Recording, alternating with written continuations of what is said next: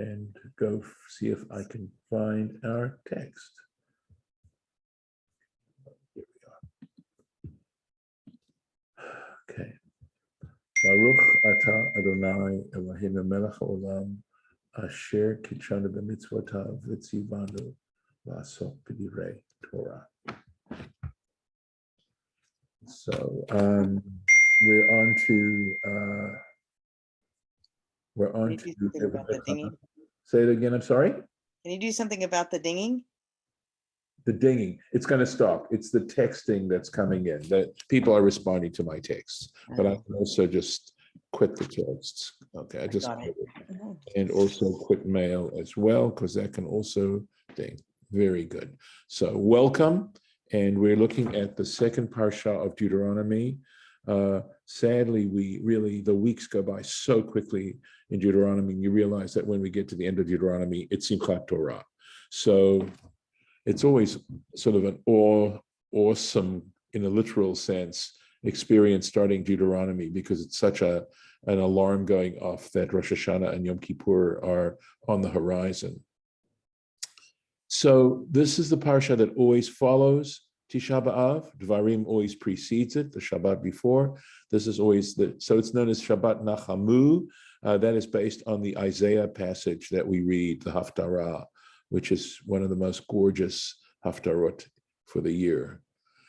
But here we are discussing this. And Moses, again, sharing his words with the Jewish people. So he says, Va'et Hanan El Hashem, and I supplicated Hashem. Ba'et Hahi, at that time, Lamor, saying. So there's definitely some explaining that needs to be done here. So Rashi explains this particular verb, Va'et Hanan, and I begged for mercy, something like that, or even grace.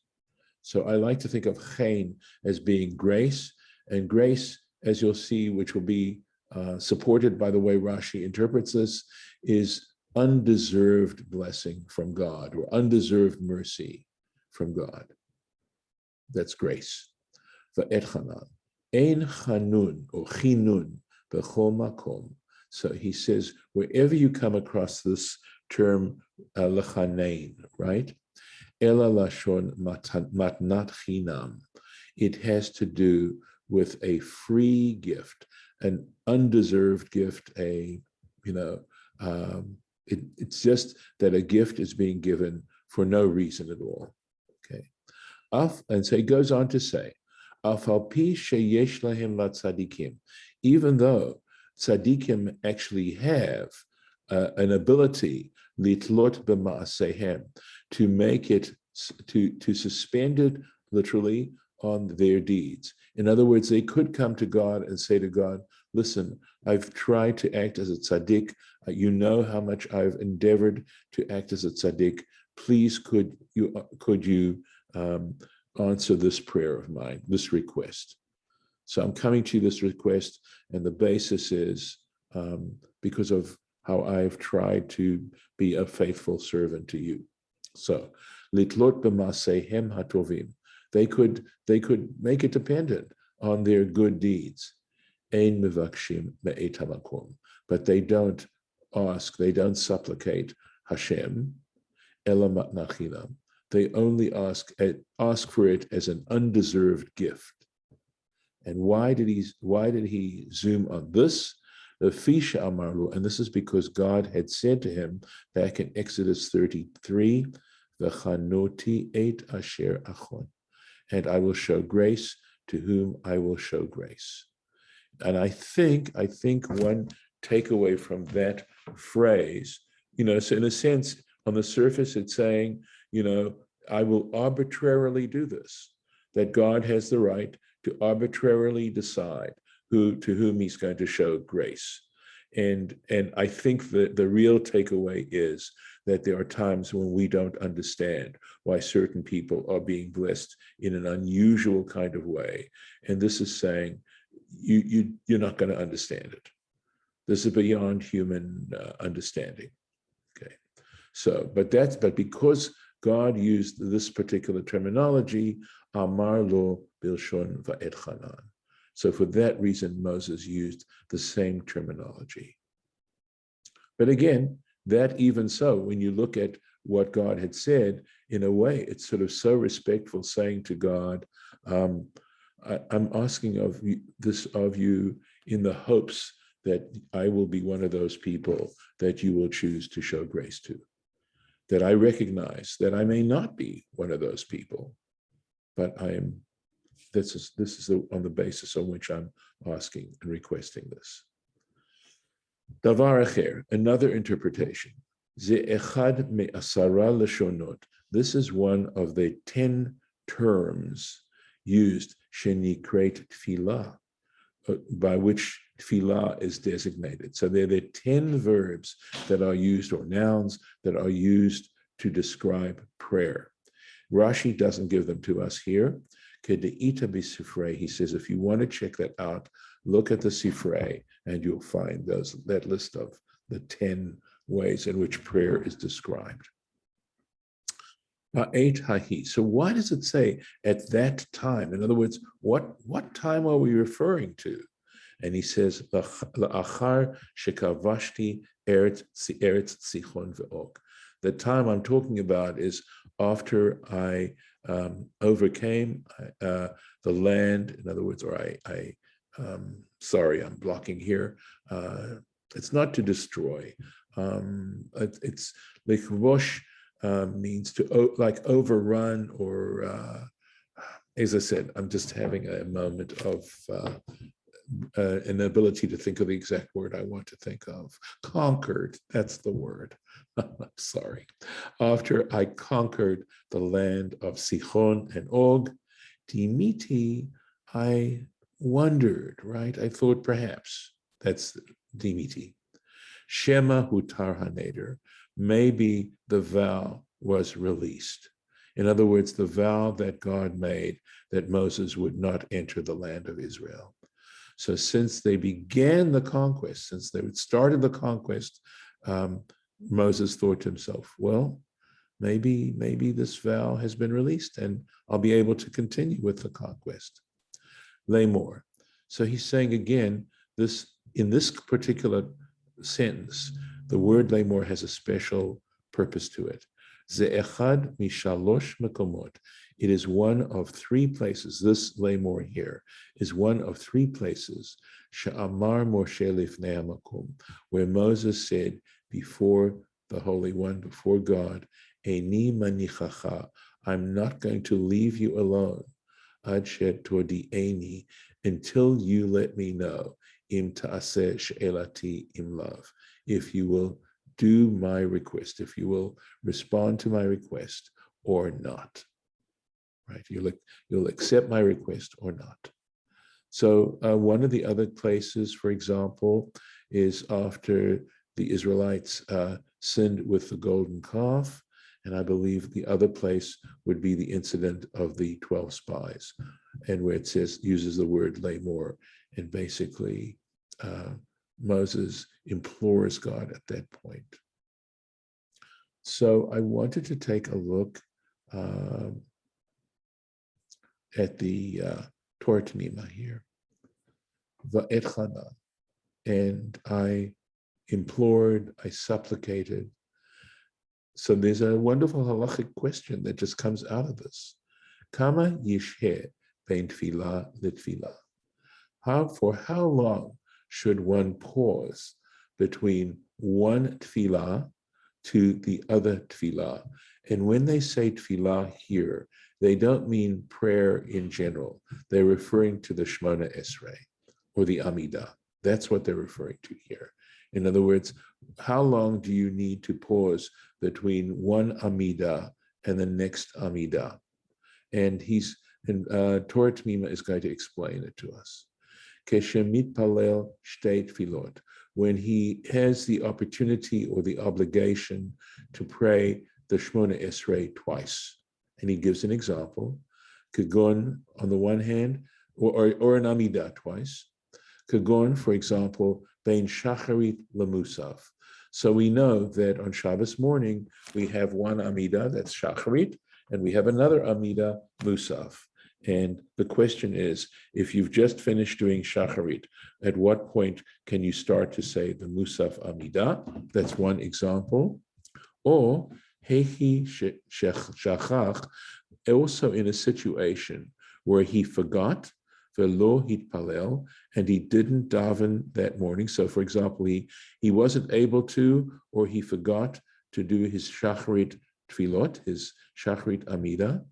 Shetzarich lahashlima, that in fact he has an opportunity, although here it says he must. Hashlima means to make up for it, that he has an opportunity to make up for the tefillah he missed. Keshemekpalel tefillah shela achareha. So if you missed shacharit, you can do mincha twice. If you miss mincha, I actually think you can do Ma'ariv twice. And likewise, if you forgot Ma'ariv, I believe you can do Shacharit twice. I would want to check and be certain that the information I'm giving you is correct. For sure, it applies to Shacharit, no question about it. But I'm pretty sure it applies to the others as well. Certainly to Mincha as well. Okay. So umit palel shtaim. So he will daven the following amidah from the following service twice. V'tam hashi hui, and the reason for this delay, it appears to be mishum de'ein osin mitzvot chavilot. The reason for this is you don't make bundles out of mitzvahs. In other words, you don't treat them as simply objects to collect, or to, that they need to be done in an intentional kind of way, and you don't just pile them up.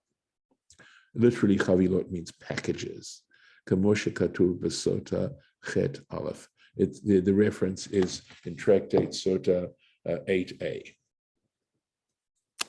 So we've got the question, what's the answer? Rav Huna v'Rav Chisda.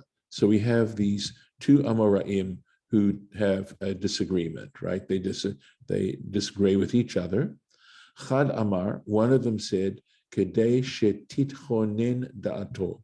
It has to be enough for him to collect, for his mind to be collected.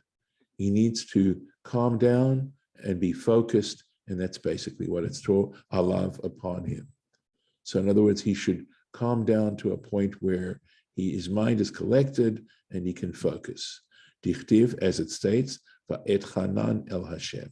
It says, I pleaded, I supplicated with God, el Hashem. And here we go. Here we go. Ritzono lomar, what he's trying to say is, ad kadei shetahei da'ato meyushevet. So it's another way of saying, until his mind is calmed down.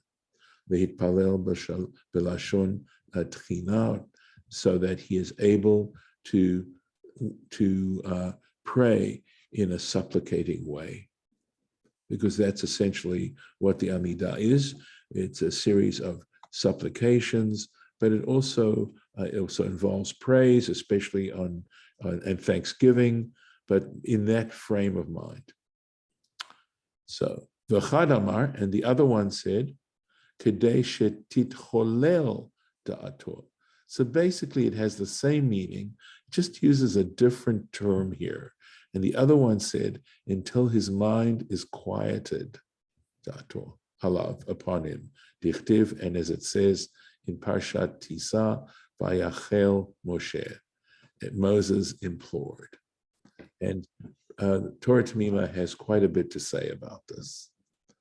Gam zeh ke'ein pirush shetitchonen. He says this also is a similar interpretation to the interpretation for titchonen. Uvelishma ba'alma pligi. He says the only real distinction between Rav Huna and Rav Chisda is they happen to choose different words.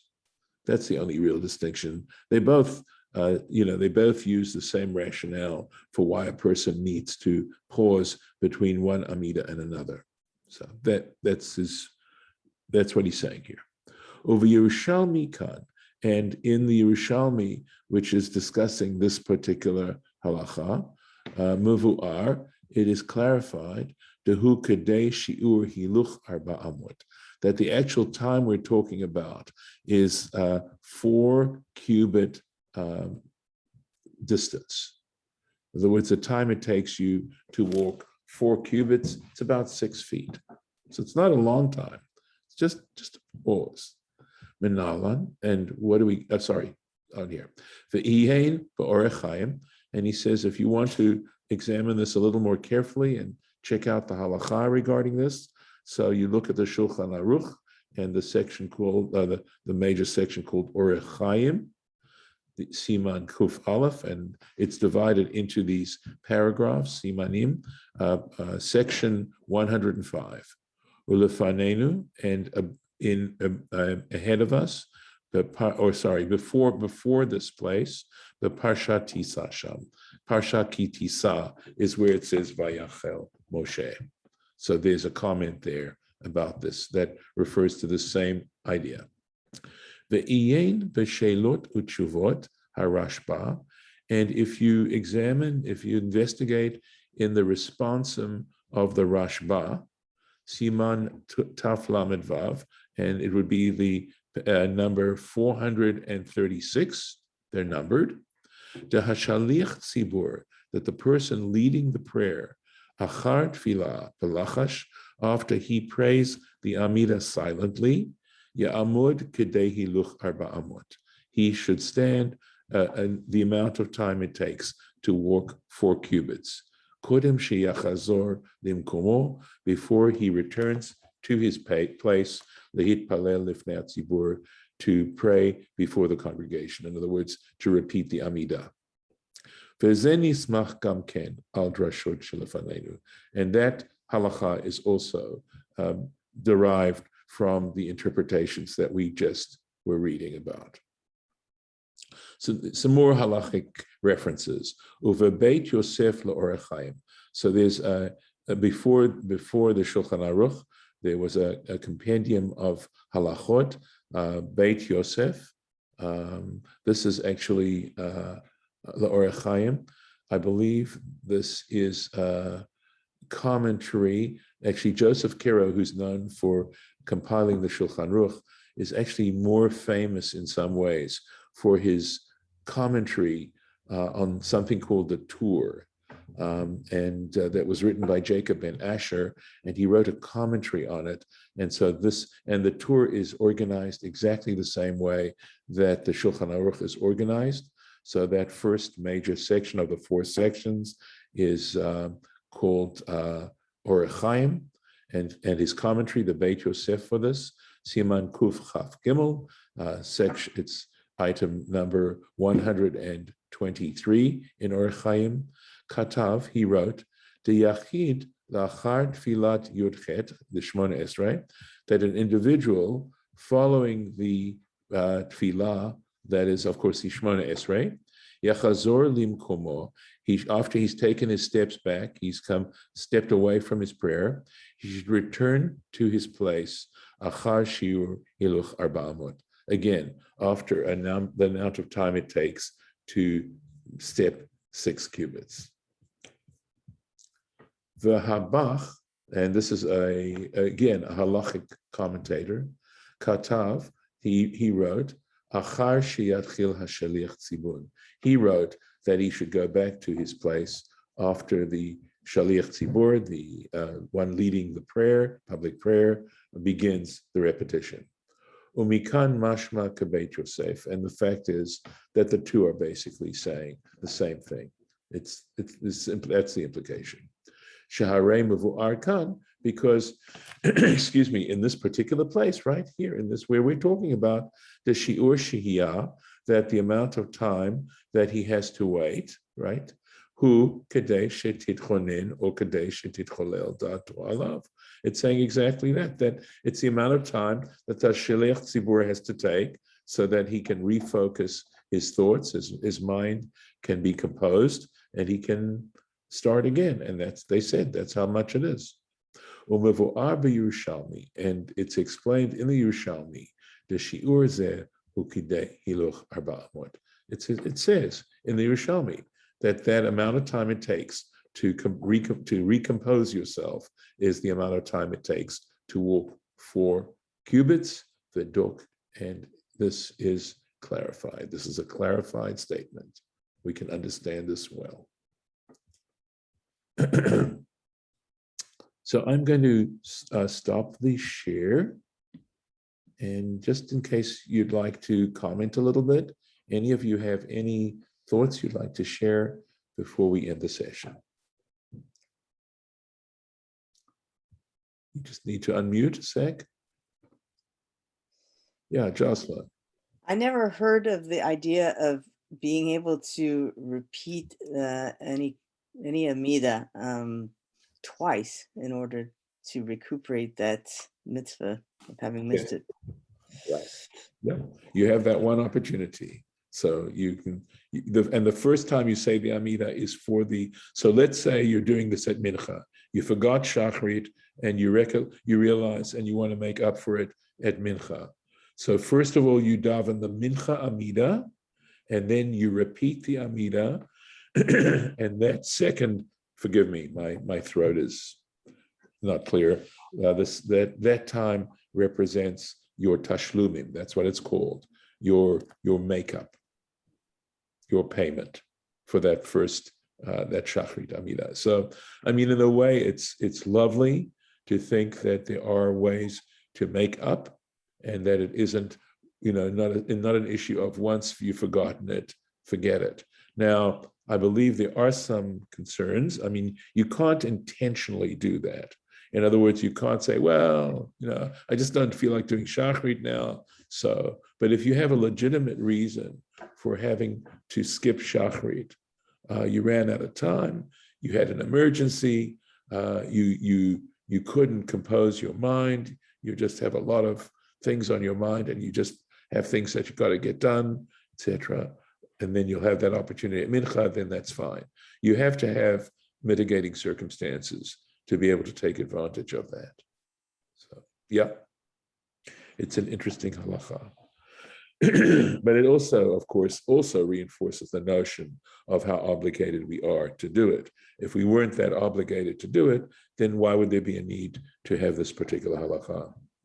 Rabbi Miller, would this also apply to women? Good question. So, of course, as a conservative Jew, I would say, of course, right? If women are obligated to do it.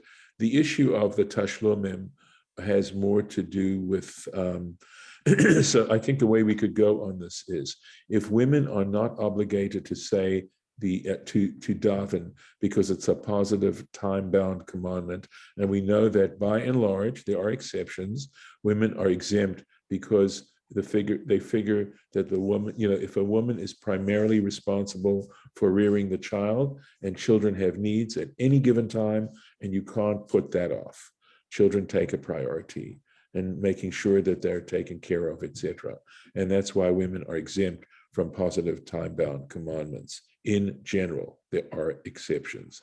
I don't think the Amida is an exception.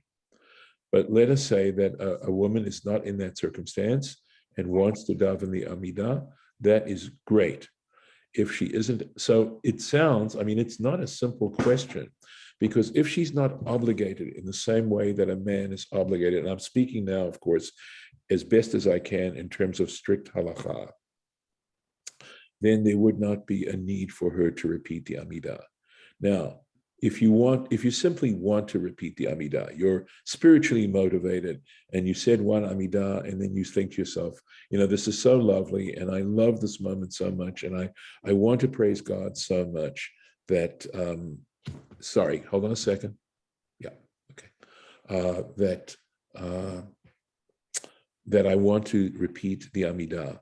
Then it's an interesting statement that because it's your choice, you're not commanded to do it, it's your choice to say the Amidah. You have to have an incredible amount of concentration. You have to do it as perfectly as you can.